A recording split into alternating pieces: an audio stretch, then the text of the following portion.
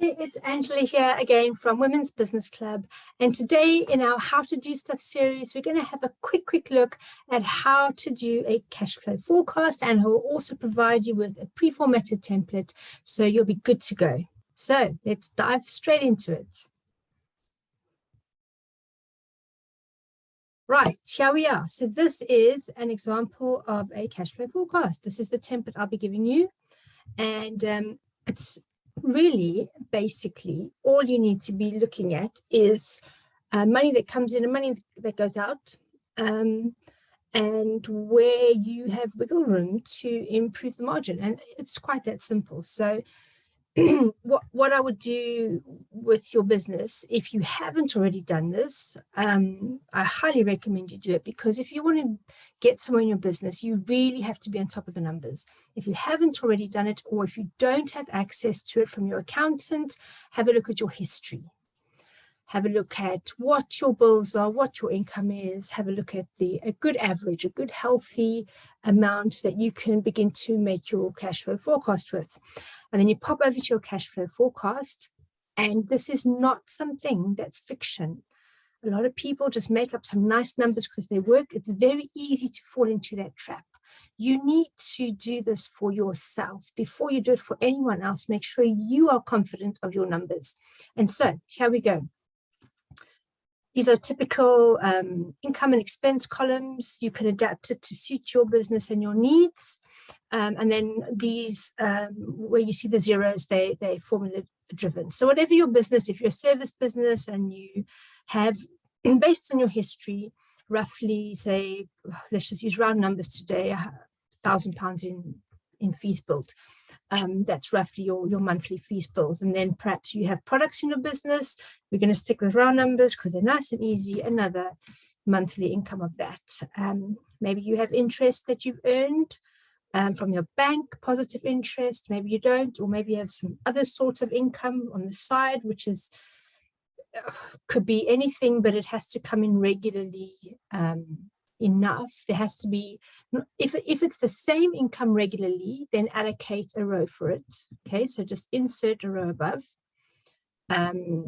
Advertising, say advertising income that you want to separately allocate, and then you just drag your formulas down so that it works, so everything still works. And then you can check those formulas all still work, and they don't. So we're going to add C8, which is what we just added there, and now it works. Okay, so I didn't plan to do that, but this might be useful for you anyway. And then I've just dragged the formulas across there, and all the formulas work again. If it's other, it should be the same amount, but not the same thing. So it could be roughly extra £500 a month, but it's always from different sources. One month it's this, another month it's that. And so you can't pin it down to justify its own income row. Right, so, and you don't want to put too much in there, but you do want to know where your money's coming from. So in this business, we have £3,500 coming in this month. Then we want to go, I'm just going to fix this for you quickly. You'll see why in a bit why it was wrong. Then we're going to go down to expenses. Every single expense that you have in your business. We're doing round numbers. These are not real numbers. Okay, but we're just going to go mad here, and we're just going to, yay, okay, blah, blah, blah. You get the picture. We add some more. And we add some more. Okay, so you need to be listing all of your expenses. Again, if you have a history, if you're not a brand new business, have a look at your averages and put them down in month one. And you don't have to start in January. If you're watching this now in June, July, August, just simply start your cash flow forecast there, work your way forward. And you can even, if you're comfortable with sheets, with Excel or Google Sheets, you can even move the months around to mirror your financial year. So if your financial year starts April, then you can pop April into January and start from April and then move on accordingly. So I'll start this one from April, just so you can have a look. Okay, it didn't drag very well, did it? But anyway, you get the picture. You get the picture. I don't want to faff. I want to get on with this for you. So it really is 5 minutes. Then you want to forecast. Now, it's so nice to do this. Okay, equals that plus 100. You drag it across. Yay, we're growing by £100 a month. By the end of the year, we would have doubled our fees billed. That's nice in theory. If you can achieve that, that's great. But what you want to do is you want to make these numbers realistic. So how are you achieving that extra 100? Do you have a corresponding marketing plan or sales strategy or something to back that number up? If you do, if you are committed, that's your goal, an extra 100 a month, then that's easy. All you do is you're just adding a formula and you're dragging it across, and that gives you your nice, comfortable forecast. That's what you're aiming for. If you have a sales season, so say we know that we can maintain this amount, but we know that in April, we're going to have a surge of Easter eggs. So we're selling Easter eggs, by the way. And then we go back, sales will drop again here, and sales will drop again here. But now we know it's summer holidays, and we're going to have a lot of ice creams sold. Now we're selling ice creams. And we're going to have a little less ice creams here based on our history, and we're back to our usual product sales. And we're not planning on increasing this much this year because we're focused on increasing our fees billed. Right. Now, you've got these two methods that I've shown you. You've got the increasing your income by dragging a formula across, but you have a plan. You're not just making these numbers up. Also, you have looking at your history, you can see when your income peaks. You know that around these months your income peaks, and so you can forecast that. You want growth, you want to stretch yourself a little bit. So say you're comfortable with this 1,100, then add another. So I'm copying and pasting in case you can't see. I'm just changing all these thousands to 1,100 because you want to stretch yourself. You don't want to be too comfortable. I'm not going to go through them all. I'm just showing you that these are the ways that you could forecast, but you always have to have a reason. You can't make up fairy tales. You've got to know how you're going to achieve this. Then same for advertising, expenses, same thing. You want to map out the associated expenses that relate to this income. So you can't say that in July, let's go to materials or products, or let's find something mildly relevant. Okay, let's go to July with materials. So say your budget was, again, I said round numbers, remember. Say you're spending £10 a month on materials, but you know that you need more materials around these months, then make it relative. So we were working on 1,000. I want to go back to round numbers because easy peasy, lemon squeezy. So what you want to do, let me just quickly put these back, is you want to look at, well, I know that it takes £10 to achieve that product sales. So that's 10%, right? So we've got 10%. So we know that this needs to increase proportionately. So let's do a little formula to make our life easier. And we know that we need 10% of our product sales for our materials across the board. That's going to work. So we go, so we take that 7 multiplied by 1.1, that gives us our 10%. No, it doesn't.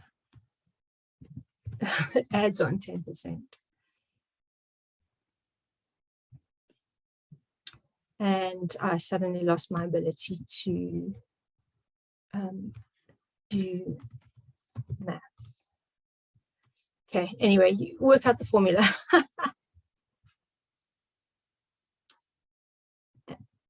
We're going to just say, I want to just say plus 10%, but you will know that I mean the formula for getting 10%, and then you drag it across.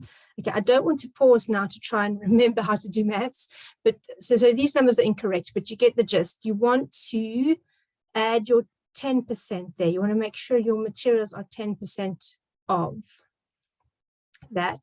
We have one more go, because I hate leaving things like this. Oh, now I'm just making it worse.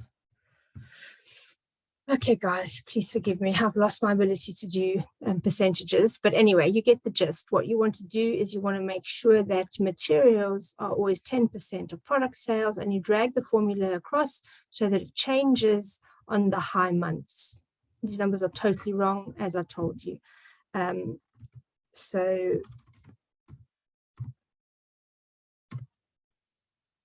let's put some of them back, because I could do it manually quicker than I can at figuring the formula out. Oh, I feel so silly. But you get the gist, okay?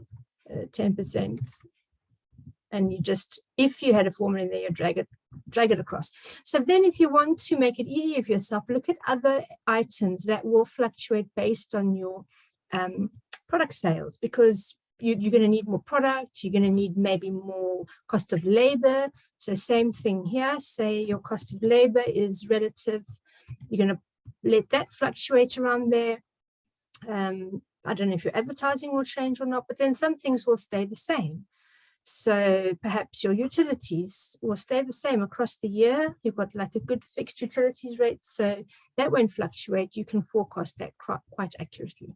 So except for my little blip in the middle with forgetting how to do percentage formula, I hope that that's clear. Obviously, I'm trying to make these videos as quick as possible. So that's just a quick overview of preparing your cash flow forecast.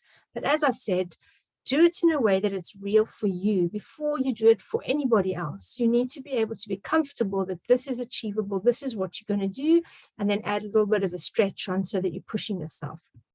I've added another tab here for you, and this is advisable. You have your actuals. So we've got planned, and we've got actual, and we've got planned income, and planned expenses, and actual income, and actual expenses. Okay, you get the gist. So all of the actuals is where you're going to go back and you're going to reconcile each month with what's happened, and you're going to keep that up throughout the year. So then you can compare your cash flow forecast with your actual numbers, and then you can better plan the following year. And if this is just for you and you get through to the end of June and you're like, my numbers were completely unrealistic, you can adapt, you can change it. Say, right, let's change this forecast for the next 6 months to make sure that it's a bit more accurate. And so, as I said, a rush job. I'm hoping to make a lot of short little how-to videos so that you don't have to spend hours with people waffling as I am now, but you can just get to the point, and then you can get in touch if you need help. So find us, a Women's Business Club, on social media, our website, womensbusiness.club. Find us wherever you're watching this. If you have questions, just get in touch and we'll be happy to help. So that I hope that that little rush job of your cash flow forecast was useful. Wherever you're watching this video, there should be the link to download a template too. So that's it from me. Bye.